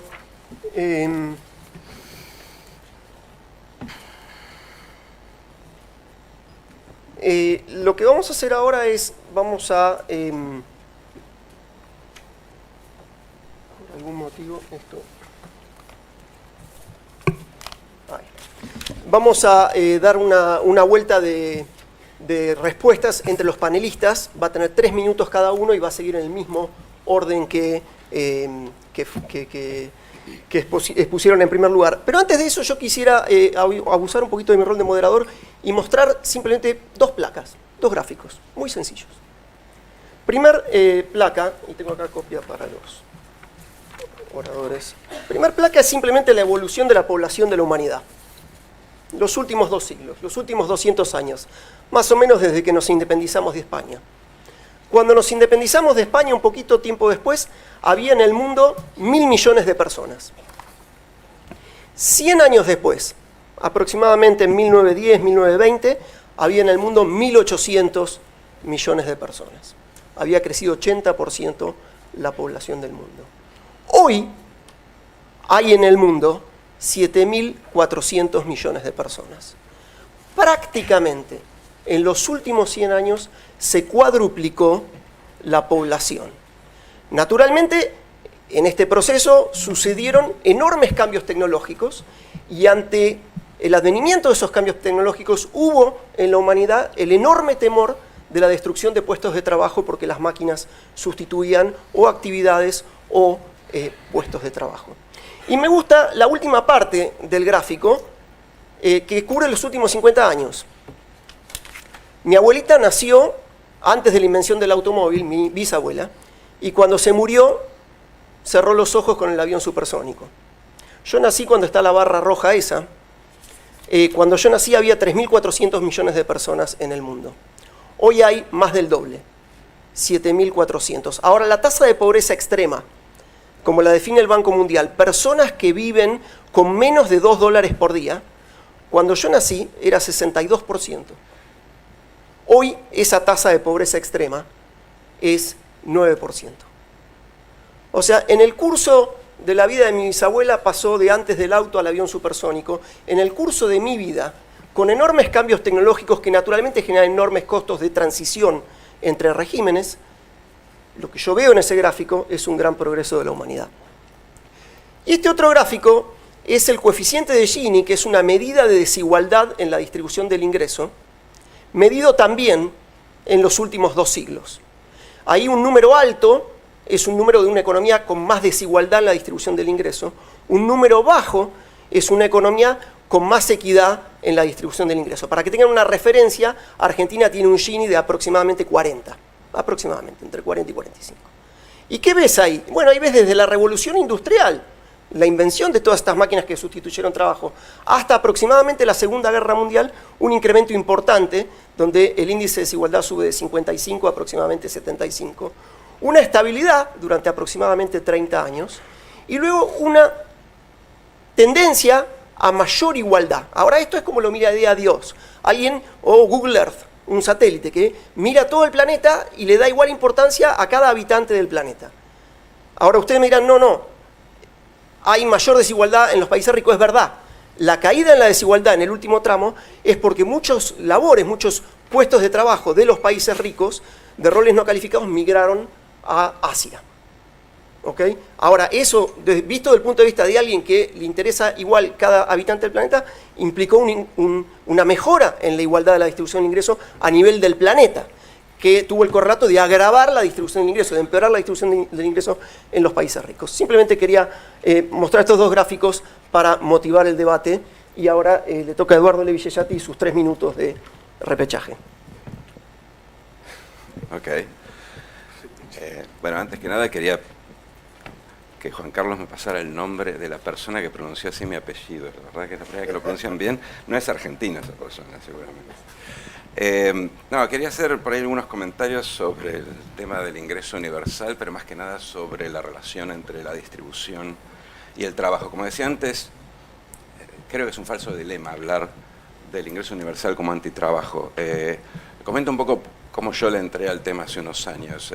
Algunos de los que son economistas acá seguramente habrán escuchado de ese opúsculo del economista Keynes hablando del futuro de sus nietos, en donde predecía que la productividad nos iba a ser, como que nos iba a ser más productivos, a producir más con menos cosas, con menos trabajo, y todos íbamos a trabajar 15 horas por semana, y el resto la íbamos a usar en una suerte de vuelta al clasicismo, en la contemplación, y en la apreciación artística y estética, o en jugar al fútbol, lo que sea, pero Keynes era un esteta, entonces pensaba básicamente en esos términos. Lo cual estaba muy bien, y de hecho hoy la productividad ha subido y sin embargo no hemos podido bajar a las 15 horas. Mi impresión es que la sustitución nos permitiría bajar a las 15 horas, pero hay un problema en el razonamiento de Keynes, que es que si el trabajo, si la sustitución, si el nuevo capital, la tecnología es complementaria del trabajo y aumenta su productividad, entonces yo por 15 horas gano lo mismo que antes ganaba por 40. Pero si es sustitutiva, por 15 horas gano bastante menos de lo que ganaba por 40. Entonces tengo que complementarlo. Y de ahí surgió entonces la idea, de ahí me surge naturalmente la idea de que, bueno, si efectivamente vamos a laburar menos horas, si vamos a reducir jornada, pero no al estilo de páguenme lo mismo por 20 horas, que es algo que no funciona ni siquiera en Francia socialista cuando bajaron a 35, sino en el sentido de, no, quiero tener el mismo ingreso, quiero tener el mismo poder adquisitivo. Bueno, ahí el complemento salarial empieza a tener una forma más complementaria y no antagonizante con el trabajo. Ahora, el problema de esto es que cuando uno lo trae a la Argentina, como ya mencionamos varias veces, si uno paga un complemento del trabajo, tiene que ser un trabajo verificable, y como hay muchos trabajadores que o son eventuales o son informales y no tienen forma de verificarlo, esto sería altamente regresivo, le pagaríamos a las clases medias, que son formales, y no las clases informales. Y hay otro punto adicional que está muy ligado con lo que mencionaba Juan Carlos, que es que, ¿por qué le tendría que pagar a los que trabajan y no a los trabajadores en la casa o los trabajadores del cuidado que no cobran? ¿Qué es trabajo? Y a las mujeres, bueno, a eso me refiero, no quiero sacar el tema de género porque necesitaría otros 30 minutos, pero sí, a las mujeres que hacen trabajo en el hogar, exactamente, qué es trabajo y qué no es trabajo. Entonces de ahí uno extiende el complemento laboral hasta llevarlo a ser un ingreso universal. Pero como se ve, el comienzo es básicamente totalmente complementario del trabajo, por dos motivos. Uno, porque tampoco va a ser tan alto. Acá hay que hacer una salvedad, ¿no? Cuando hablamos de ingreso universal no estamos hablando de un problema del presente. O sea, hoy esto es inviable incluso en los países que están haciendo pilotos. Estamos hablando de algo para dentro de 30 años. Lo que sí es cierto es que políticas de ese estilo se tienen que analizar durante 30 años para luego implementarlas. Por lo tanto, vale la pena pensarlas ahora, pero no estamos hablando de la situación actual, mucho menos en un país como Argentina que tiene un déficit fiscal. Pero, ¿cuáles son las razones por las cuales uno necesitaría tener el trabajo como complemento? Bueno, primero y principal porque porque el ingreso no sería tan alto. Entonces, efectivamente, uno necesita verlo como complemento, pero no como el único ingreso. Pero aparte de un tema mucho más, si quiere, cultural o moral, en el caso de como lo presentó Juan Carlos, que tiene que ver con el otro, el gran exponente, quizás el principal abogado del ingreso universal del lado más progresista, que es en el caso de Estados Unidos Martin Luther King, que lo pidió explícitamente en su última obra y en su último discurso antes de ser asesinado, y que fue de hecho la raíz por la cual 2.000 aproximadamente economistas de izquierda y derecha pidieron al gobierno de Nixon que armara un ingreso universal, que Nixon de hecho armó y mandó al Congreso, estuvo siendo discutido durante 2 años, que se llamó el Plan de Asistencia Familiar. Y lo que decía King era básicamente lo siguiente, decía, a la gente hay que sacarla de la pobreza, pero aparte de sacarla de la pobreza hay que darle trabajo. O sea, tomaba las cosas tomaba los dos campos de manera complementaria. ¿Pero por qué decía que había que darle trabajo después de sacarle de la pobreza? Porque King miraba a los guetos negros, que eran de hecho los riots, las revueltas en los guetos negros, fue lo que movió a Nixon a aceptar la propuesta de los 2000 economistas. Y miraba que el que dependía del bienestar, el que dependía del cheque, el que se volvía, no tenía motivaciones, la motivación que le daba el trabajo, sufría culturalmente una serie de deterioros, incluso de salud mental, de su relación con los hijos, con la familia, que eran muy difíciles de meter en un modelo económico, pero que eran fundamentales para lo que era el desarrollo humano. Entonces lo que hacía básicamente decir hay que hacer las dos cosas. Y yo creo, y así es como pienso cualquiera de las políticas de distribución, yo creo que hay que hacer las dos cosas. Hay que formar, hay que apoyar, crear trabajo y apoyar las actividades que son intensivas en trabajo, incluyendo muchas nuevas actividades que necesitan un apoyo del Estado, y también hay que distribuir para complementar. Ninguna de esas cosas, el antagonismo ahí es un falso dilema, creo que hay que hacer las tres. Y aún con las tres tenemos un amplio desafío. Muchas gracias, Eduardo. Diputado Moyano. Bueno, a ver si me ordeno, quería referirme a una cuestión que no quiero que piensen que es politizar la cosa, pero bueno, es inevitable la discusión política sobre un tema tan importante. Y teniendo en cuenta que el presidente de la Nación hizo referencia muchas veces a la cuestión de los convenios colectivos de trabajo y a palabras como productividad, y se menciona hoy como un tema, un eje de discusión en el futuro del trabajo, la cuestión de la flexibilización laboral, y si tenemos en cuenta lo que hizo Brasil en cuanto a esa legislación, nosotros podemos tener como conclusión la posibilidad de que el gobierno pueda avanzar o que entienda que la flexibilidad laboral es un camino para la competitividad y para la productividad. Por eso digo, más allá de la discusión acerca del rol del Estado, el ingreso universal o la cuestión complementaria a la cual se refería Eduardo, yo creo que yendo a lo más concreto, como habrán visto que mi discurso tiene que ver más con lo concreto, con eso del ejemplo, qué va a pasar, digo, a corto plazo acá en términos políticos, digo, ¿qué tiene pensado? Y acá aprovecho que tengo al ministro, al amigo Jorgito, ¿qué tienen pensado hacer? Digo, porque yo puedo entender la morfología de la masa salarial de la Argentina y la complejidad de la misma, ¿no? Con un 35% de trabajo no registrado, con una pobreza de 1/3 y con la dificultad, con la incorporación de 200 jóvenes al mercado laboral por año. Quiero saber, y aprovechando, repito, la presencia del ministro, ex compañero de la Cámara de Diputados, con el cual hemos trabajado muchos proyectos en conjunto, que nos dé una visión acerca de si ven la flexibilización laboral y la posibilidad de que las empresas tengan o los inversores tengan más, digamos, disponibilidad de la cuestión del empleo, con el periodo de prueba, cuestiones que ya se han discutido en la Argentina con anterioridad y que, bueno, que naturalmente tuvo reacciones de los sectores sindicales y demás. Bueno, así ponemos un poquito de pimienta acá. Como si hiciera falta. Muchísimas gracias, Voy Facundo. a preguntar por Susana yo en cualquier momento. Secretario General Schmidt. Voy a volver al punto, ¿no? Justamente creo que lo que señala Eduardo es justamente para abrir la polémica alrededor de todo esto. Es muy buena la precisión de que mencionemos que esto está pensado hacia el futuro, digamos, ¿no? Y lo digo aún sin el ánimo de encender una polémica. El Gobierno Nacional, el Ejecutivo, los conversamos antes de llegar aquí, ha manifestado que indudablemente ha sostenido todos los programas sociales y en algunos casos los ha mejorado y en algunos casos lo ha transparentado. Ahora, allí está la clave del problema. El problema que tenemos es que no creamos trabajo y que me parece que ese es una cuestión pendiente en la Argentina. Porque vuelvo a reiterar, no solamente es un problema de naturaleza económica, material, es un problema de dignidad. Esa es la primera comprobación que quiero acercar alrededor de todo esto.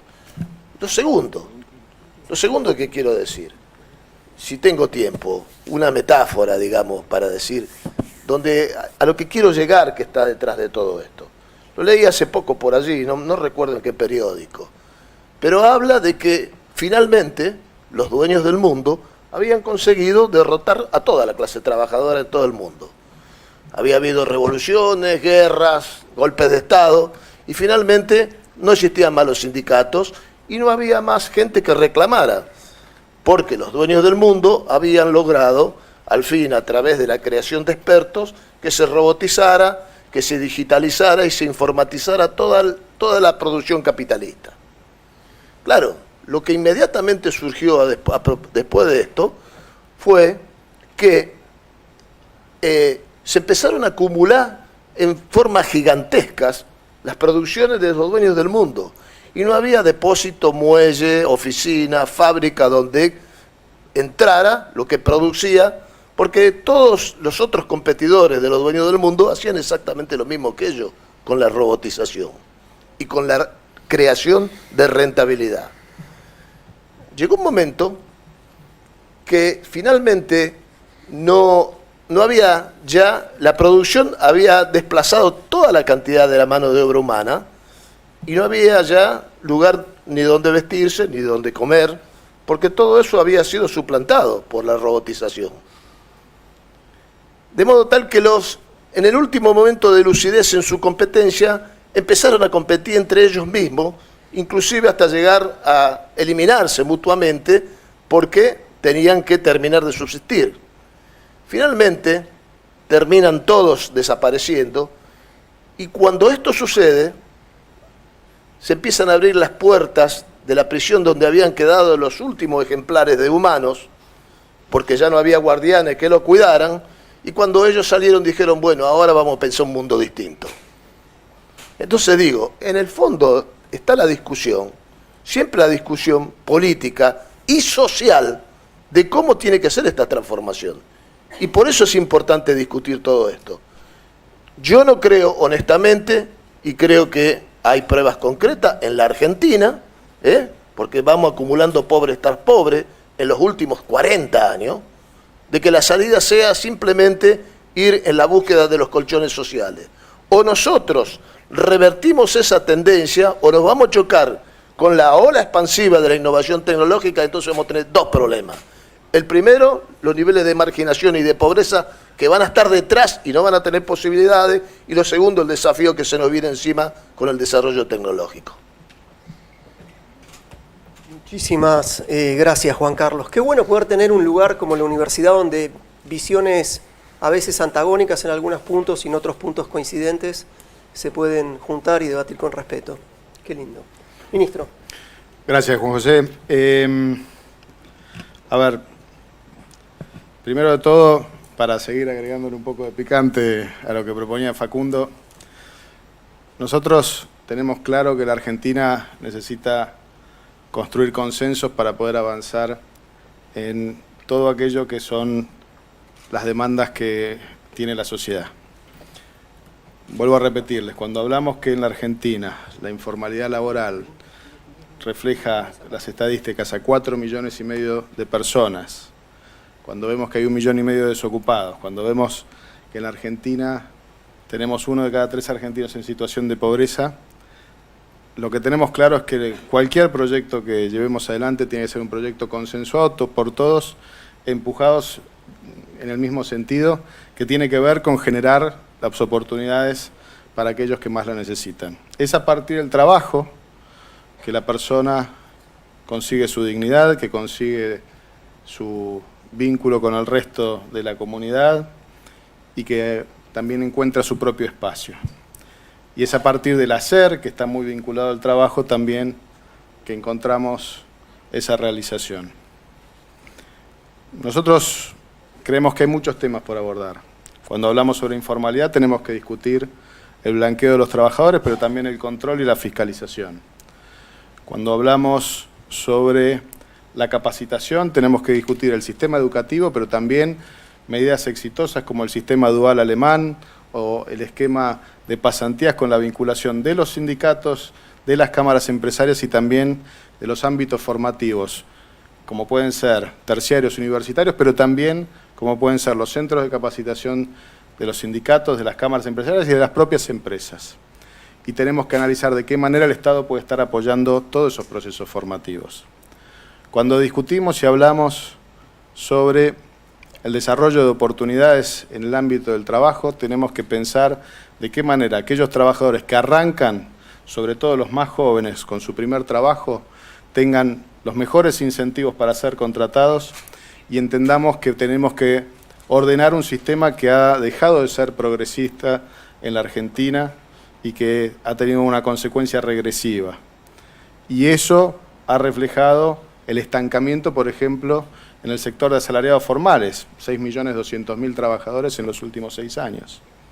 Entonces me parece que esos son los verdaderos debates que tenemos que dar y profundizar. Y también entender que están vinculados a lo que nos lleva hoy, que es el cambio tecnológico. No podemos pensar el futuro del trabajo sin mirar la situación de nuestro sistema educativo, del sistema de formación profesional, discutir si verdaderamente creemos que tenemos que ir a procesos de formación profesional continua y cuáles son las mejores maneras para hacerlo. También tenemos que pensar en vínculo con lo que señalaba Facundo y planteaba también Juan Carlos, es cómo son las mejores formas de producción. Y entender también al trabajador como un consumidor de esos bienes que produce o de esos servicios que brinda. ¿Por qué? Porque es parte también de la dinámica del crecimiento de las economías. Ahora, también tenemos que ser cuidadosos de no impedir los desarrollos tecnológicos en base a una mejora, como la señalaba recién el profesor Cruces, en relación al impacto sobre la pobreza. Muchos dirán, no estamos en contra de ciertos cambios tecnológicos, pero son esos mismos cambios tecnológicos que produjeron avances en las ciencias, avances en la medicina, que han salvado enorme cantidad de vidas, que han generado más oportunidades de desarrollo a los que más dificultades tienen, y me parece que también ahí está muy vinculado, y no es que uno elige una cosa u otra. Entonces, estos son debates enriquecedores, a los cuales les agradezco particularmente a la universidad, y que me parece que tiene que tener una consecuencia, como decía Facundo, en los ámbitos correspondientes, en las cámaras de diputados y de senadores, en el ámbito de la justicia, para que a partir de lo que establece nuestra Constitución genere toda la cobertura de los derechos de los trabajadores, pero también la libertad de comercio y empresa que nos brinda la Constitución. Es decir, esto es un debate que tenemos que encontrar los consensos, los equilibrios para generar previsibilidad. Cuando no lo hacemos, estamos limitando las chances de muchos de nuestros argentinos.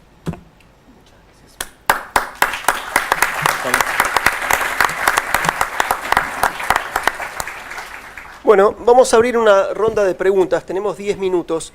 Lo que les ruego, por favor, es que sean preguntas breves y no discursos, y si pueden decir a quién van dirigidas. Tenemos el micrófono por ahí. Ahí tenemos un caballero que levantó la mano.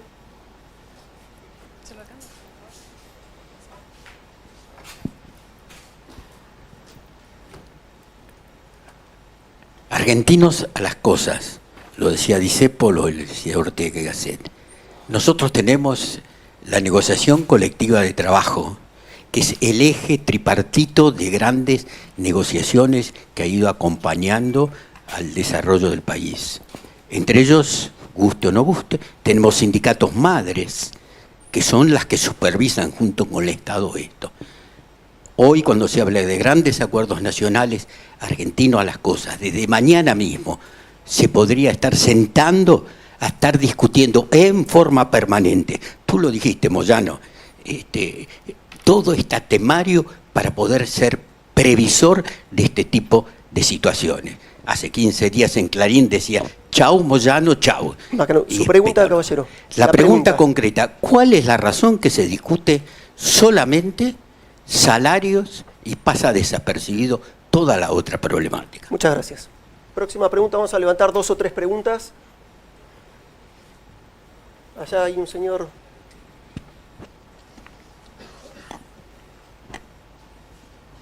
Sí, recién al final era el tema que me interesaba preguntar. El ministro Traque habló sobre eso, sobre el tema de la educación. ¿de qué manera, si se ha destruido el vínculo con el trabajo de varias generaciones, se puede pensar en darle un trabajo a alguien? Yo me acuerdo de American Express, por gente conocida, la dificultad que tenían de tomar gente joven nueva porque no les interesaba el trabajo. Entonces la pregunta, ¿qué se hace en la educación para lograr de que, primero, haya aplicación al trabajo y segundo, poner trabajos nuevos? Muchas gracias. ¿Alguien más? ¿Una más tomamos? Allá al fondo parece que... Muchas gracias. Una pregunta para el ministro Triaca. ¿Por qué en una diapositiva que usted mostró diciendo que justamente los cambios a la Argentina llegan más tarde, por qué la Argentina se posiciona como un país que ataja penales que le tiran los otros países del mundo y no trata de ser pionera en la materia? Porque eso también es trabajo. Muchas gracias. ¿Contestamos? Contestan, digo. A ver, arranco por la última. Si vos le preguntás elegí cualquier país, a un suizo, que es una crisis institucional, te va a mirar y te va a decir de qué me estás hablando. Si le preguntás a un argentino de la edad mía, 43 años, tenemos de todos los colores crisis. Es decir, hemos vivido más de 10 crisis. En la Argentina la apuesta a la crisis es una conducta. Cuando vos has pasado 10 crisis institucionales, que me refiero a crisis institucionales como cambios de gobierno, cambios de patrón de moneda, retención de ahorros y demás, cualquiera de los que tengan mi edad o mucho más que yo se han acostumbrado a eso. En la Argentina esa imprevisión generó conductas tanto en el ámbito del trabajo como en el ámbito de los empleadores que tienden a establecer reparos, digamos, a tratar de generar certezas.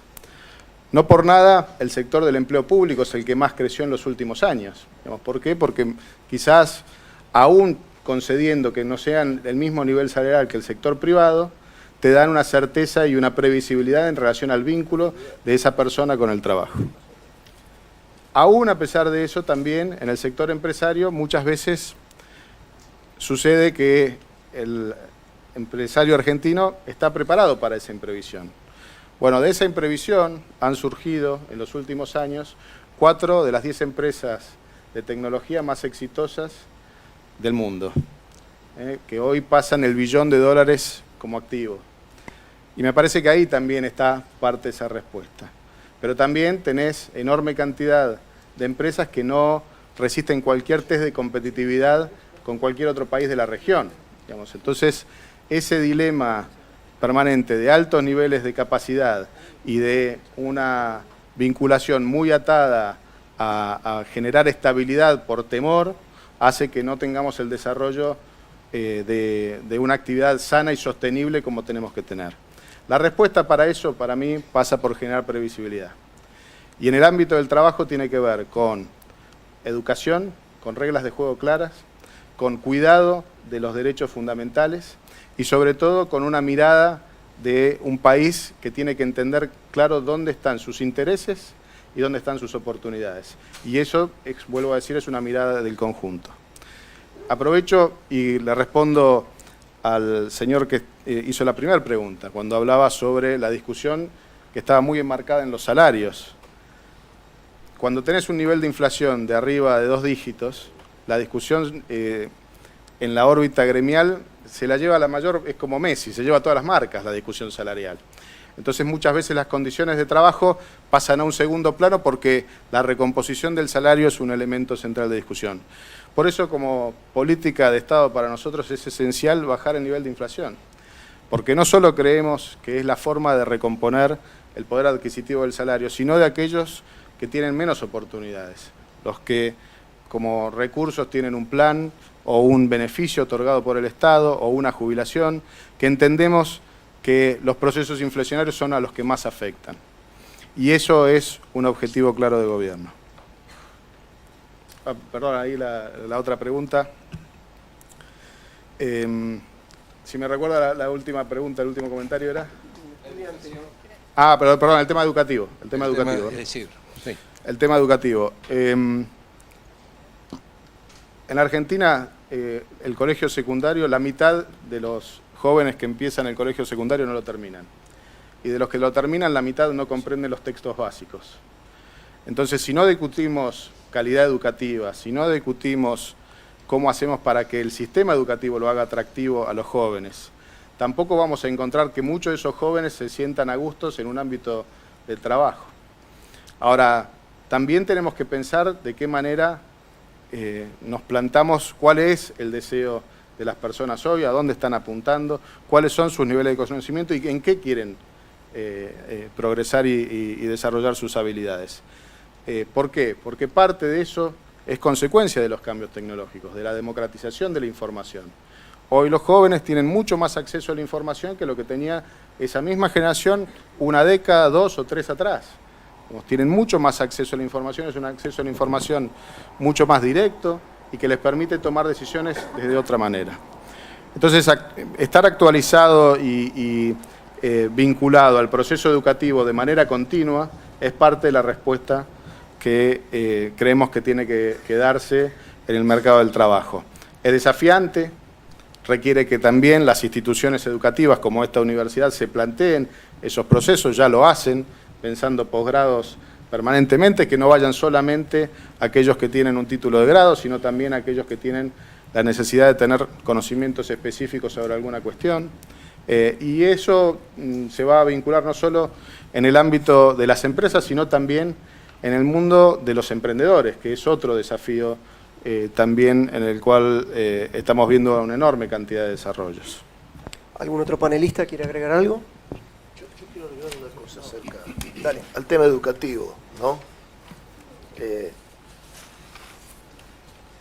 Recuerdo que Einstein decía, si la educación le parece cara, prueben con la ignorancia. Y quiero decir esto porque este es un tema central, donde también tiene que intervenir la política. Y no estoy hablando únicamente del presupuesto educativo del Estado. Israel es lo que es también porque el sector privado hace el aporte para mejorar el estándar de formación de su gente y está entre los países que están en la punta de la innovación tecnológica. Pero pedí la palabra por esto, digo, por el aporte que hace el sindicalismo también a este tema, por aquello de que peleamos únicamente por los salarios y las condiciones y no se ve lo otro. No voy a referir al tema de la salud ni de las obras sociales. Voy a hablar de un tema que conozco de cerca, el sector marítimo y portuario. En el sector marítimo y portuario hay por lo menos 4 sindicatos que tienen una inversión de casi 8 millones de dólares en simuladores.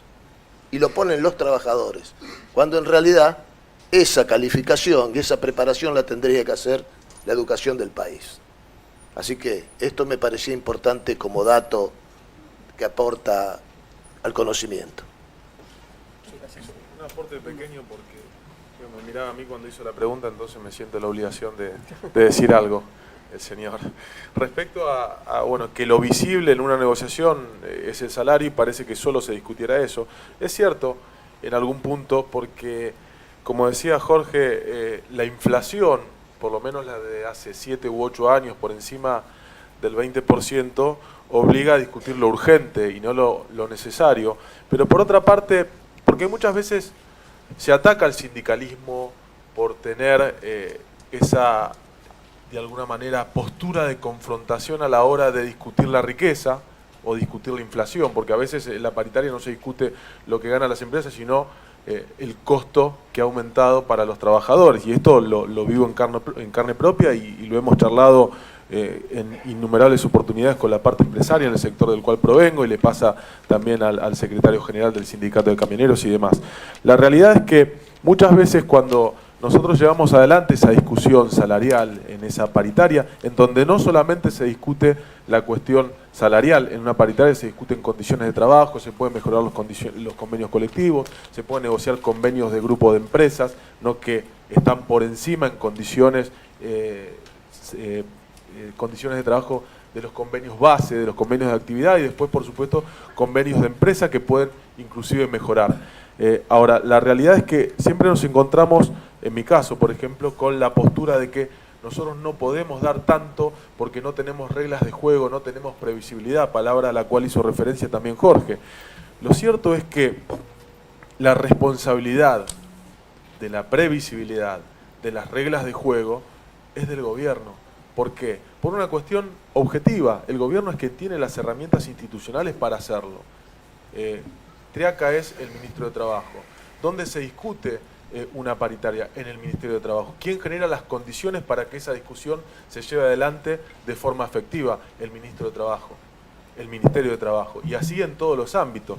Por eso me parece que en este caso, si bien, digo, no desligo de la responsabilidad ni al sindicalismo ni al sector empresario, que muchas veces nos hemos juntado. Yo recuerdo que teníamos una mesa con jóvenes empresarios donde discutíamos todo este tipo de cosas.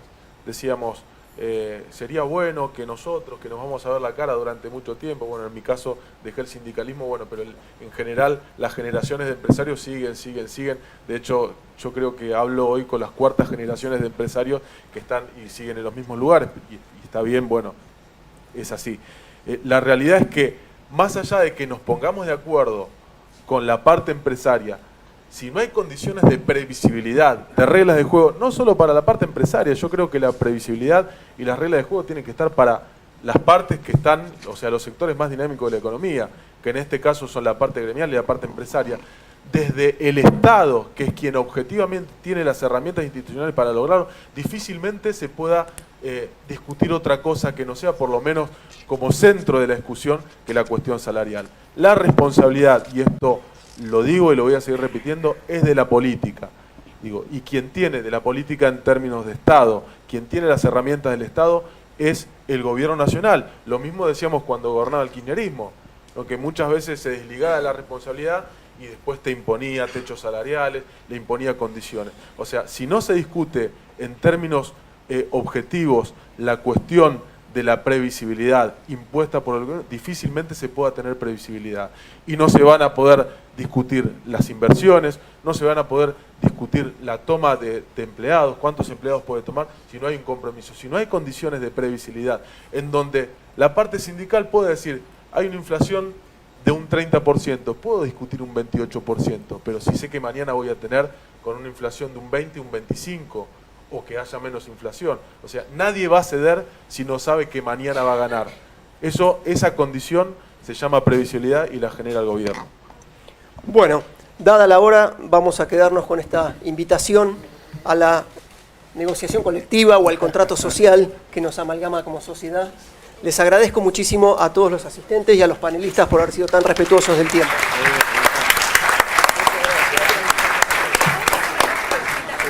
Para que ahora organizamos. ¿Dónde la hacemos?